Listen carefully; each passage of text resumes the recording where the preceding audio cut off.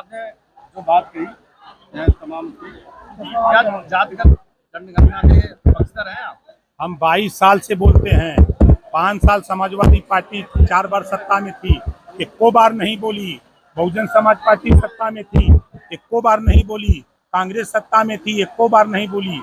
हम सदन से लेकर सड़क तक बोलते रहते हैं। आज फिर कह रहा हूँ, जातिवार जनगणना कोई कराएगा तो एनडीए सरकार माननीय नरेंद्र मोदी जी के ही नेतृत्व में होगी। 69,000 होने की बात आ रही है। देखिए, जहाँ तक सवाल आपने 69,000 की किया, मैं फिर कह रहा हूँ कि 1986 से इस लड़ाई को हम लड़ रहे हैं। हम माननीय कांशीराम जी के साथ रह करके मंडल कमीशन लागू कराने की लड़ाई लड़ते लड़ते फिर किन्हीं बिंदुओं पर बसपा नेता संघ से कुछ विवाद हुआ तो मैं पार्टी बना लिया। और आप बताओ, आप लोग तो गवाह, सदन से लेकर सड़क तक 69,000 शिक्षक भर्ती से ज्यादा हमसे कौन लड़ सकता है, बोला है। और मैं अभी हमारे यहाँ आवास पे बच्चे गए थे अभ्यर्थी, मैं उनसे कहा कि चलो मुख्यमंत्री से, मैं उन्हीं के सामने चीफ सेक्रेटरी से मनोज जी से बात की। वो दिल्ली जा रहे थे, उन्होंने कहा कि शाम को आता हूँ तो मुख्यमंत्री से बात करके आपको बताता हूँ। रात को 11 सुप्रीम कोर्ट में मामला चला गया मेरे। अब आप बताओ, हम तो रोक नहीं सकते किसी को, कि हम रोक सकते हैं? हमारी कोशिश देखो, हम सहयोगी दल हैं, हमारे पास जितनी क्षमता है पूरी क्षमता से हमने मुख्यमंत्री से चर्चा किया। जब नियुक्ति पत्र वितरण हुआ था उस समय भी चर्चा किया, 8 तारीख को भी चर्चा किया, 9 तारीख को टाइम भी लिया। मनोज जी ने कहा तो मनोज जी के कथनानुसार मैंने गोरखपुर में कहा कि आप वहाँ मिल लीजिए मुख्यमंत्री से। उन्होंने कहा कि लेके आओ, हम नहीं आ सकते क्योंकि मेरा कार्यक्रम मिर्जापुर में है। मैं मिर्जापुर में था, तो मेरी सिंपैथी, मैं 69,000 शिक्षक भर्ती के जो अभ्यर्थी है मैं उनके साथ हूँ। मैं फिर कह रहा हूँ, देखिए सही बात तो कोई बता नहीं रहा है, ब्लैकमेल करने के बाद।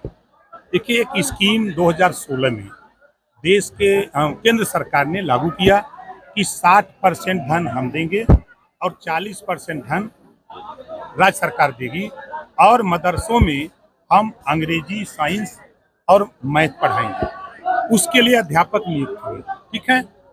फिर पिछले 3 साल पहले केंद्र सरकार ने उस योजना को बंद कर दिया। 1 साल प्रदेश सरकार ने अपने जो अंशदान था वो पैसा दिया, तो उस पैसे के बाद उन्होंने बंद कर दिया 2 साल से। तो उसी चीज को मदरसे के लोग कह रहे हैं, आप अगर उसको पढ़ेंगे तब समझ में आएगा। दूसरी बात वो कह रहे हैं ना कि मदरसों को मान्यता नहीं दी जा रही, उसको जो है ऑनलाइन पोर्टल खोला गया, कहा है ना, उनकी यूनियन के लोग हैं। तो उनका कहना है कि जो हमारा या तो अध्यापकों का जो तनख्वाह सैलरी है वो मिले, उनको रखा जाए काम पे, और नहीं तो ये स्कीम बंद कर दिया जाए जो केंद्र सरकार की। कागज देख लें तब उसके बाद उस पर कार्रवाई हो। तो ये कौन सा अधिकार दिया किसने? कांग्रेस ने दिया, कांग्रेस ने दिया है, ये बीजेपी ने नहीं दिया है।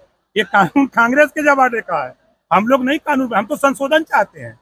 इस तरह की बातों में जो चीजें, जो देखिए आप, जैसे किसी क्लास में कोई मुस्लिम टीचर लेक्चर दे रहा हो, नमाज का टाइम हो जाए, अब वो दूध खड़िया खड़ा करेगा या किताब रख देगा और चला जाएगा नमाज में, जबकि इस्लाम में नमाज माफी का है।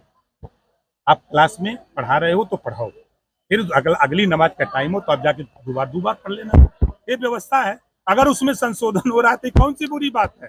एनकाउंटर को लेकर के काफी सवाल अखिलेश यादव उठा रहे हैं, उन्होंने एक्सपर्ट ट्वीट किया है, उन्होंने कहा कि जो लोग एनकाउंटर की बात कर रहे हैं जिन्हें शक हो न्यायालय जाए, तो मैं उनसे ये पूछना चाहता हूँ कि न्यायालय में लोगों की जान वापस आ सकती है जो एनकाउंटर मारे गए हैं? हम उनसे पूछना चाहते हैं कि जब 67 पूरे प्रदेश में अब तक का जो हमने आंकड़ा देखा है, 67 मुसलमानों का इनकाउंटर हुआ जो अपराधी थे, उस पर तो नहीं बोल रहे हैं। 20 ब्राह्मणों का इनकाउंटर हुआ है जो अपराधी थे, उस पर तो नहीं बोल रहे हैं। और 19 ठाकुरों का इनकाउंटर हुआ, उसको नहीं बोल रहे हैं। राजभर का हुआ, कश्यप का हुआ, बिंद का हुआ, उस पर तो नहीं बोल रहे हैं। खाली यादव को क्यों बोल रहे हो भैया? यादवों के नेता हो, औरों पर बोलो जरा। कि खाली यादव की लीडरशिप करते हो। 20% मुसलमान है, आबादी है, 67 लोगों का इनकाउंटर हुआ, और आप ही की पार्टी में सांसद थे, विधायक थे। अतीक अहमद किसकी पार्टी के थे?